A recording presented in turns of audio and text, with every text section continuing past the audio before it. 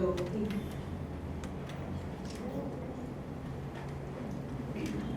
now my job is to thank everybody for coming. And before that, I want to actually read out the first part of my book, The Word from Youth. Actually, I don't think everybody will get to read that, so therefore, I'm going to read that. The Word from Youth. The post-colonial experience of doing research, the painful truth. Since I have put forth a comprehensive analysis of language attitudes and language attitude anxiety in the book, I do not wish to write here about the content. Instead, I intend to write a few words about our plight, doing research in post-colonial South Asia as Sri Lankans, Indians, Pakistanis and Bangladeshis. We, the post-colonial South Asian nations, are similar in many respects. We have similar histories before and after independence. We are collectively plagued by a variety of similar problems in developing, and many of these problems are our own creations. Therefore, it is not surprising that we share problems in doing research as well. This anecdote is not to be misunderstood as a complaint. It is meant to create awareness. Just as academics in the West are unaware of language attitudes and their effects on post-colonial South Asian language learners, many in the developed world may also be unaware of what being a researcher in the developing world means. So my audience is developing from the developing world, but still I felt that I need to read this out for us, everybody. The offer to publish. I received an offer to publish from Routledge on 12 September 2017. Needless to say that I was very happy. My husband suggested that we started our data collection immediately as we had to cover 4 countries in the region. I wanted to look for grants since collecting data from up to 4 countries, including my own, was not an easy task. However, being an American who has lived in Sri Lanka for nearly 5 years, at the time 5 years, now it's 6 years, he wisely stated that if he waited for grants from this country, I would never write this book. So then, the data collection, the first leg, we set off for the first leg of our data collection on 16th October 2017. We planned our trip for 3.5 months to cover Pakistan, Bangladesh and India, and to return to Sri Lanka by the end of January 2018. Everything went according to the plan. Application for a small research grant. I've written them under subtitles, so I'm reading them not as they are. While we were midway through the data collection, I received a notice of an advertisement for a small research grant, maximum 500,000 Sri Lankan rupees, 2,700 US dollars from my university.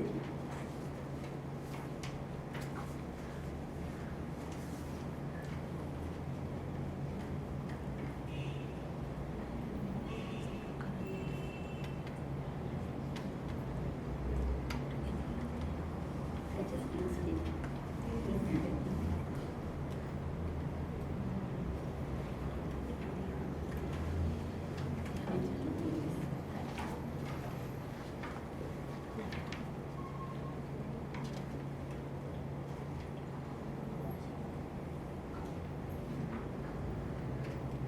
I sent in an application on 10th November 2017 while we were still abroad collecting data. I was awarded the grant on July 1st, 2018, 9 months after I applied. When I received the first installment, which could not exceed 540 US dollars, that is 100,000 at a time, it was January 2019, a year and 3 months after the application was made. In February 2019, I received the second installment as reimbursement for assisted research. Application for NSF grant. In 2018 June, I received a notice of a grant scheme, competitive research grant, under the National Science Foundation. Sri Lanka. The condition for the grant was that the study had to be within Sri Lanka. So I had to divide my study into two parts, Sri Lankan research and research in the other South Asian countries. I applied for the former on 26 June 2018. 8 months have passed and it's February 2019 when I wrote it. The results are still pending when I wrote this particular part. Now, then when I got this to edit, the last editing, now it is May 2019 and I am incorporating the Routledge editor suggestions I received now it's May 2019 and I am incorporating the Routledge editor's suggestions. I received a letter from the NSF stating that my application has been rejected as research theme object. I quote, research theme objectives can't be taken as a priority area which could directly impact on socio-economic development in the country. Second leg of data collection. When we returned to Sri Lanka in late January 2018 from our first leg of data collection and started to enter data, we realized that we did not have enough data representing Western India. We tried to find contacts from there but failed to do so. So we did not want to skip any region because this is a representative sample. As we were keen to stick to the original sample design. So again in mid-March, we went to Western India and collected data. In addition, we realized that we needed more interview data from Pakistan. So we made another trip to Pakistan in June 2018, coinciding with my husband's teaching assignment in Lahore. So our bills, foreign and local expenses. We kept copies of tickets and boarding passes, guest house receipts from the 3 countries and a record of major expenses such as receipts of courier services that were used to get the questionnaires delivered, hoping, within brackets in vain, that someday we would be reimbursed. However, the latest information I received is that as per government regulations, nothing spent prior to the date of offer for the award, that is 1st of July 2018, can be reimbursed. By July 2018, I had already completed the second leg of foreign data collection. Moreover, we kept all our local petrol bills, train tickets, local university guest house receipts, etc., thinking that they might be required to produce for grant reimbursement. However, these are also not classified as reimbursable expenses. Easy option not followed. Some of our colleagues in Bangladesh and Pakistan asked us why we did not use an online questionnaire, which is a common practice for a study of this magnitude and which would have been easier and more economical. However, in this research, we wanted to witness the true scenario and connect the emotions of the learners after we heard from their teachers who we met at conferences that they suffered the same lack of confidence to speak English that Sri Lankan learners face. Moreover, we did not want to collect data only from major cities like Lahore and Islamabad and say, here is the Pakistani LT scenario. Instead, we went to Sindh, Peshawar, even to Swat. Swat Valley is where Taliban attacked and it was under Taliban rule. So we went to Swat Valley, Malakand University. We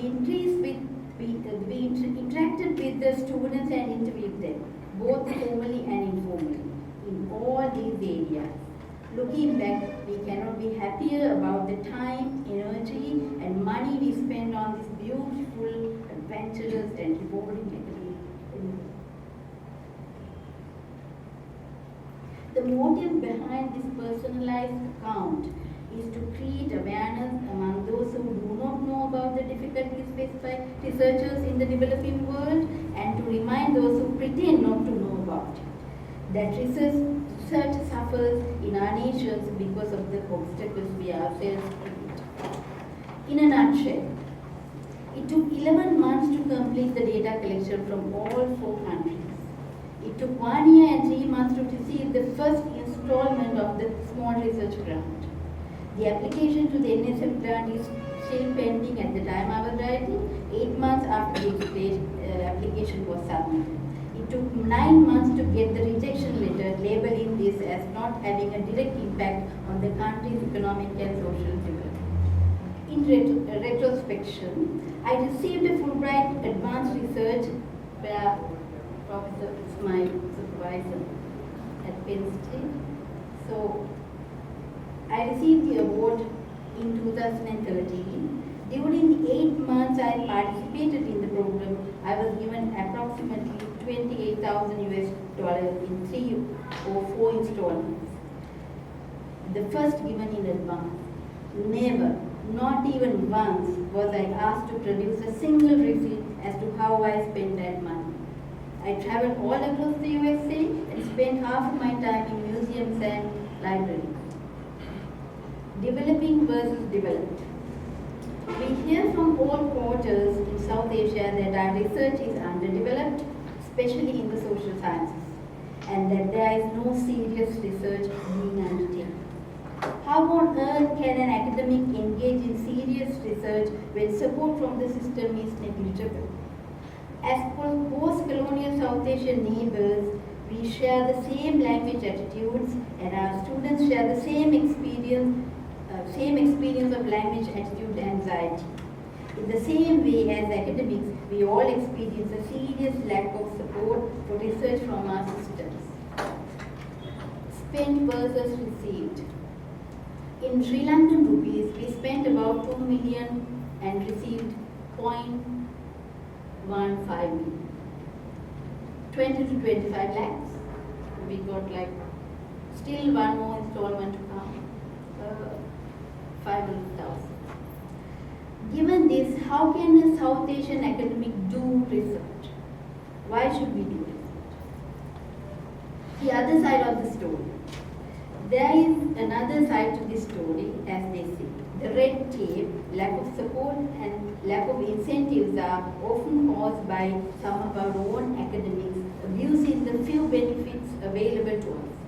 Therefore, rules have to be strictly adhered to, and as a result, the bureaucratic atmosphere is suffocating. At the same time, corrupt politicians in our country steal most of the money that would go into academic advancement. So this is our story of the post-colonial experience in doing research, the painful truth.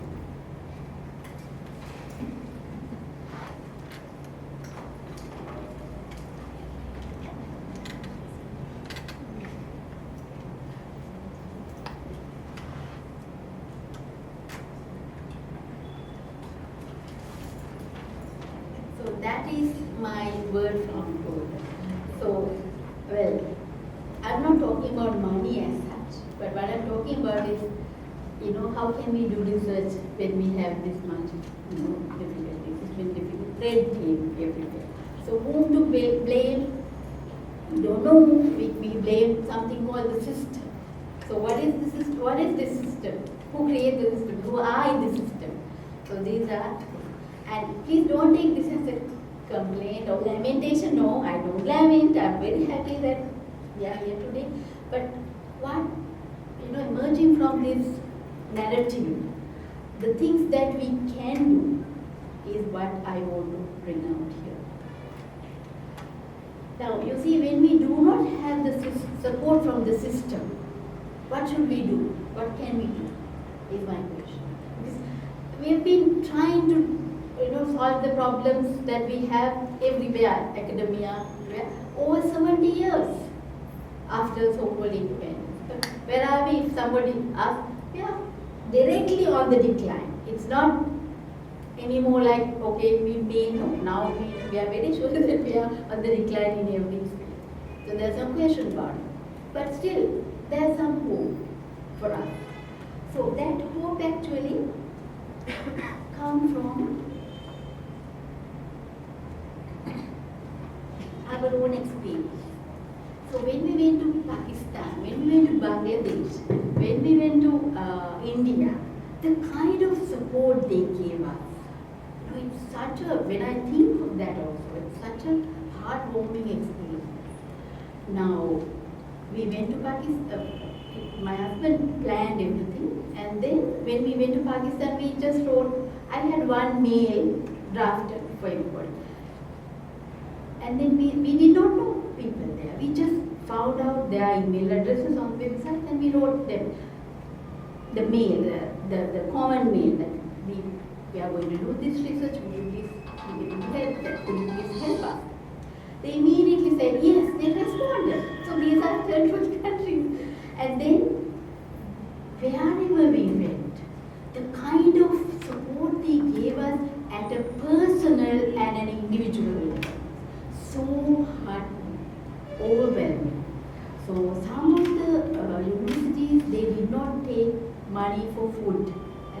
We stayed in their guest houses. They said, I'm sorry, you have to pay the guest house charges only, but we can't take money, for food. So let us pay that. And then whenever we went to their departments, they were like, for instance, Bangladesh. We landed in Bangladesh, and then we had like 2.5 weeks planned for that.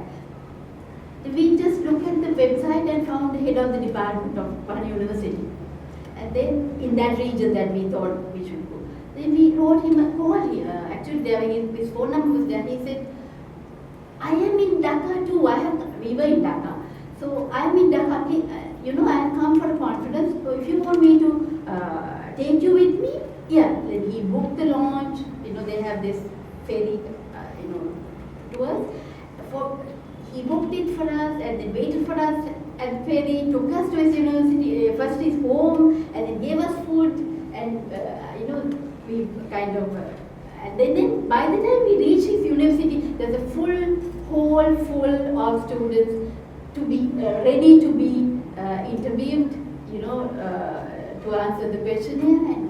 And then what he did was next, he called up the next place we wanted to go. Then they are coming, please help. By the time we went to the next place, they were ready.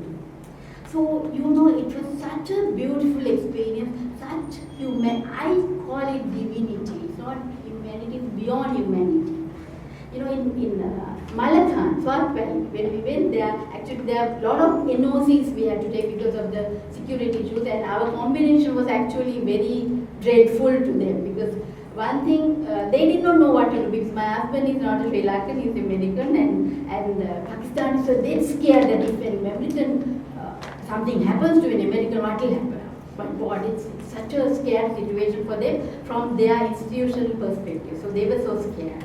And Sri Lankans, they laugh. Oh my God, Sri Lankan, my God, like that. So when we were together, they did not know how to respond. But what happened was actually, we found it was such a thrilling experience, I'm telling you. Then when we went to Malacca, that was the most interesting one. What happened was, we had armed guards in a semicircle taking us around.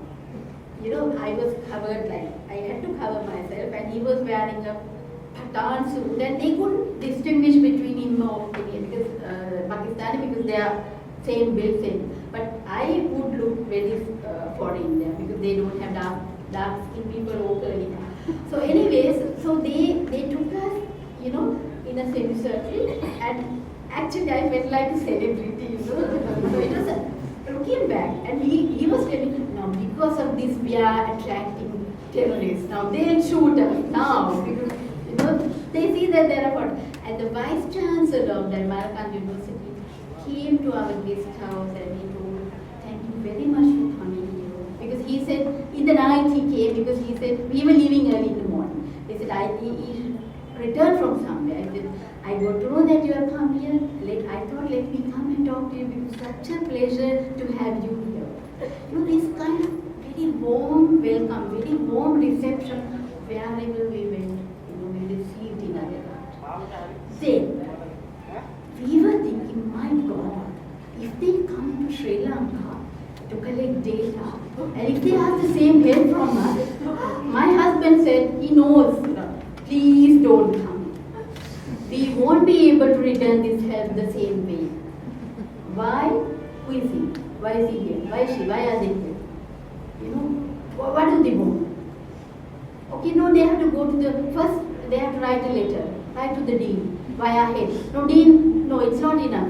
Then well, write to the Vice Chancellor. Okay, if you write to the Vice Chancellor, it has to go through head, dean, and to the BC. And all the seals, everything, stamps, everything should be there.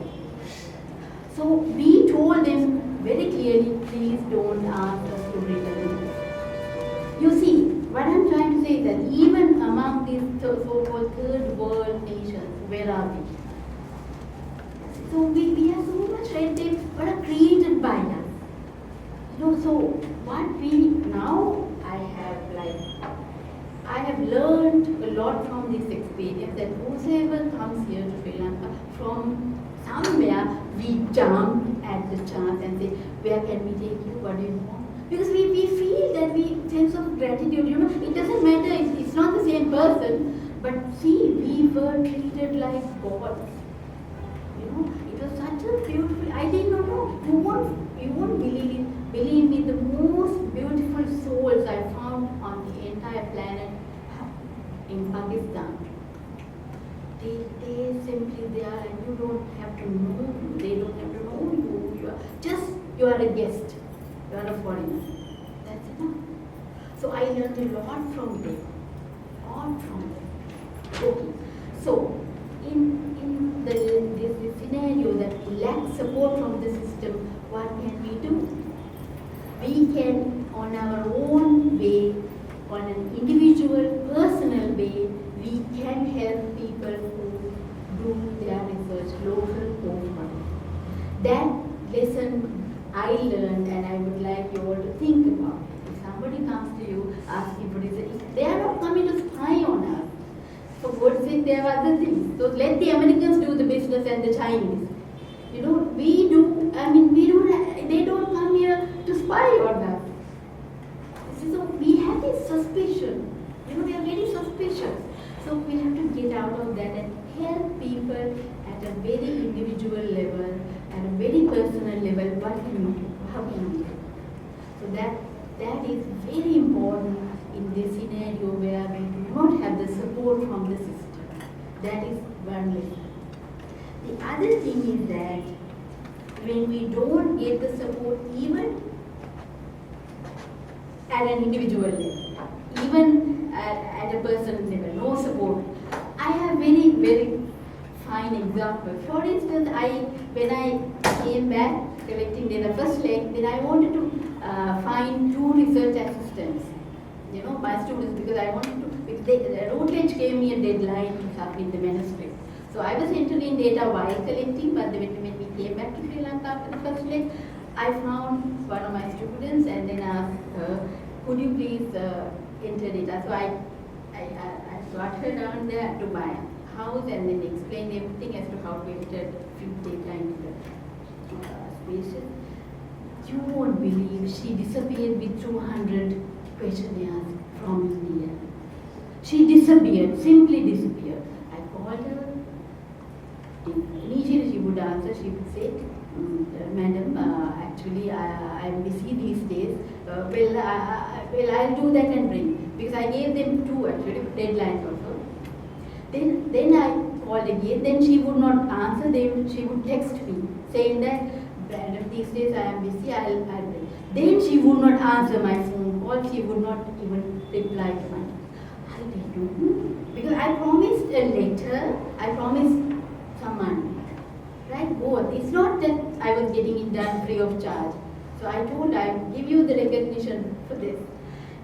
She simply did not respond. Then I thought I should go to the police. Because the 200 questionnaires from India, you see, it was not a joke. We made 2 trips.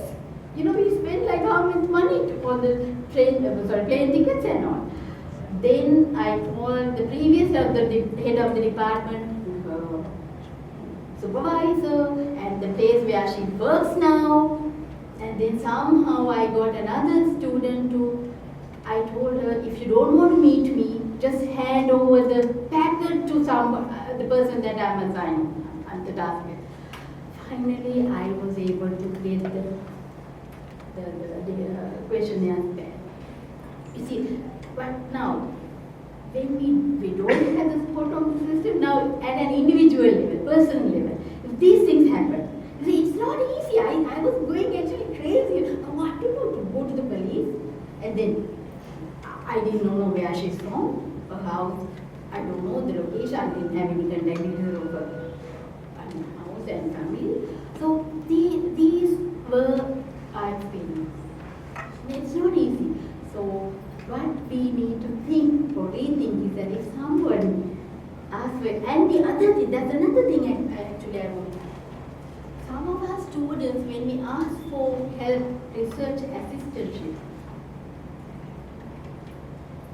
to be a research assistant, what they think is that this is a personal help. So I'm going to do a favor to this researcher, myself. So this is the kind of mentality we have. No, research is never personal. It's going out to the society for our own benefit.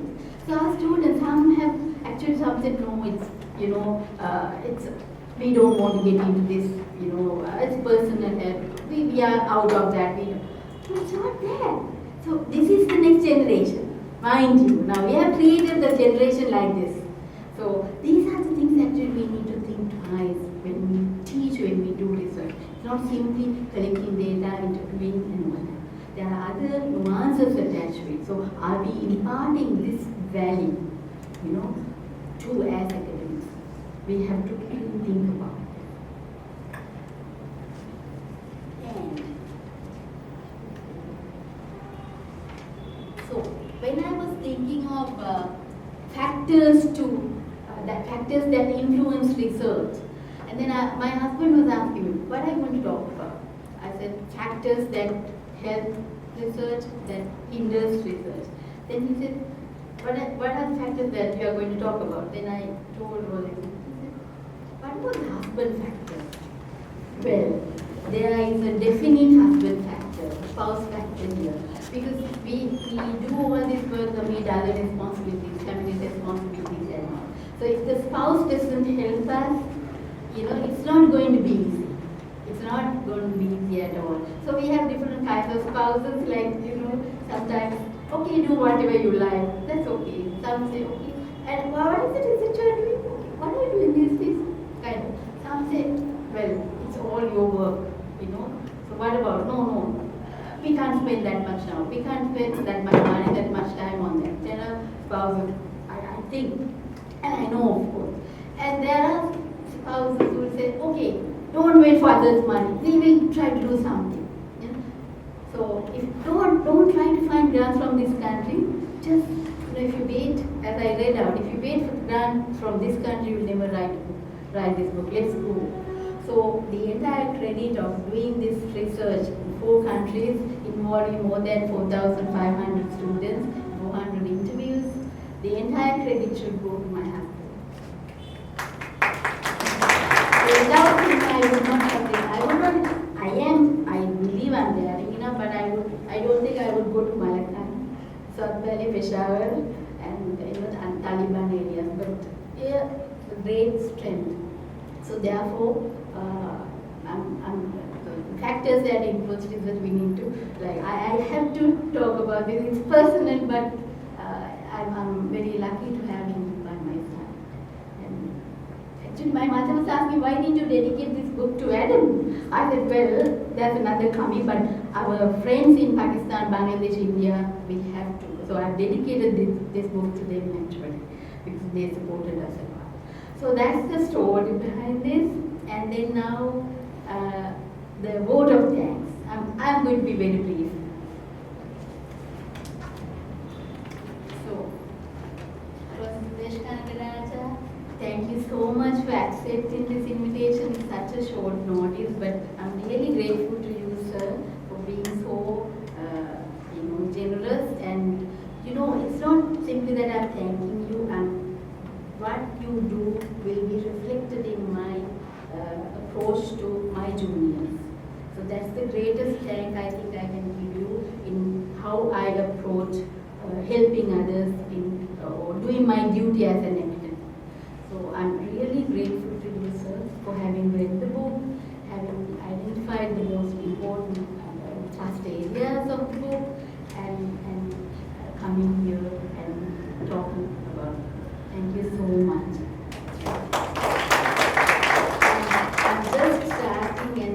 such a giant in the field, and I'm really, honored.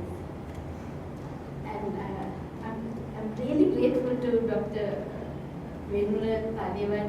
Thank you so much, because I wanted to have a different perspective here. Because my approach, the approach that I'm talking about here, building confidence to speak English, is psychological. Actually, at the time when I first did the program, Confidence Building to Speak English program course, I did not know I was using a particular psychological, I could say terminology. But later when I started writing this book, I realized, oh my God, I'm using habituation. The approach that clinical psychologists use to get rid of, to make their patients get rid of fear. So it was such an interesting revelation. And then I told my friend, Dr. Chaturanga, find somebody, do you know anybody who is in the field of psychology? I want to have a different perspective to the whole, the book, whole presentation. Then he suggested Dr. Vendro's name, and then we had a couple of conversations, discussions on this, like over the phone again. And I'm really grateful, Doctor, for giving that perspective, that habituation, how to get rid of fear, what fear is. Sometimes we fear the fear. So all that is very important, and I'm really thankful. He's also, he accepted this, like within a week, everything happened within a week. So it's not easy.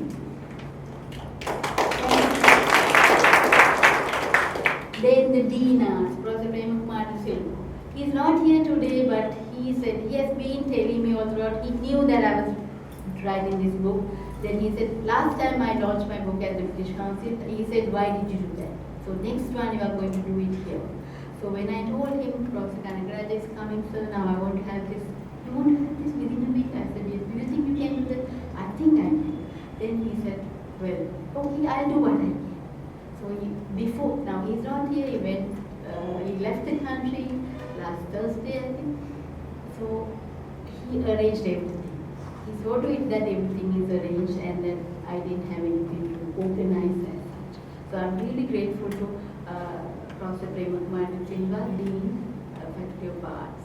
These are, it could look as personal help. Actually it is, because the systems won't help us all the time. There are no funds for book launches and all. So you see, at an individual level, personal level, so we don't have to personalize this, okay, because of her, he gave, because of he, she gave, like that. No, these are little things that we can do for ourselves to make us feel, good, and encourage us to go, carry this wagon forward. So I am thankful to Professor Premakumar Silva, even though he is not here. And I'm thankful to Dr. Ishara Fernando for stepping in as the acting dean and welcoming the guests.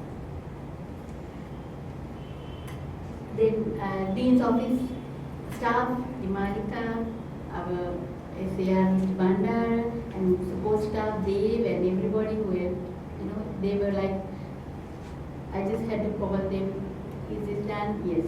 So everything is done, and I'm really thankful to them. They took a big burden off my shoulders. And head dealt our head, Dr. Shashini Tenabadu. She stepped in. She is, Asantha, what do you think?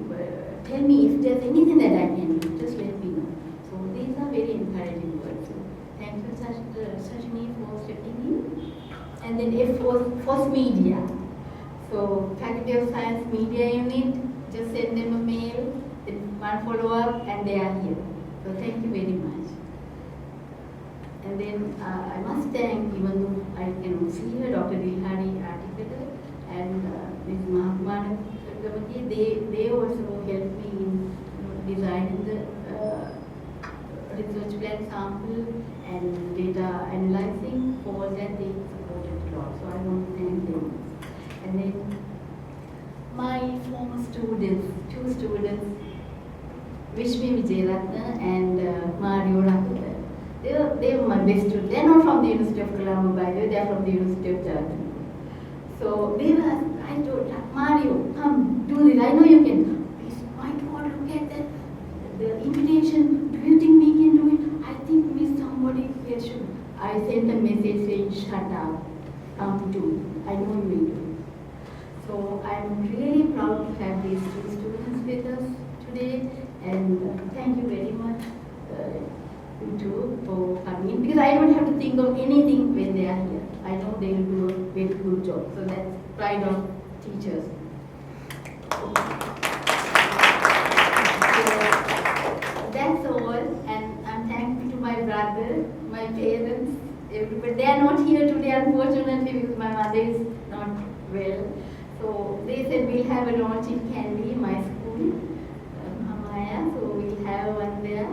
And so thank you very much for everybody who came here and listened to the talks and raised the occasion. And thank you so much.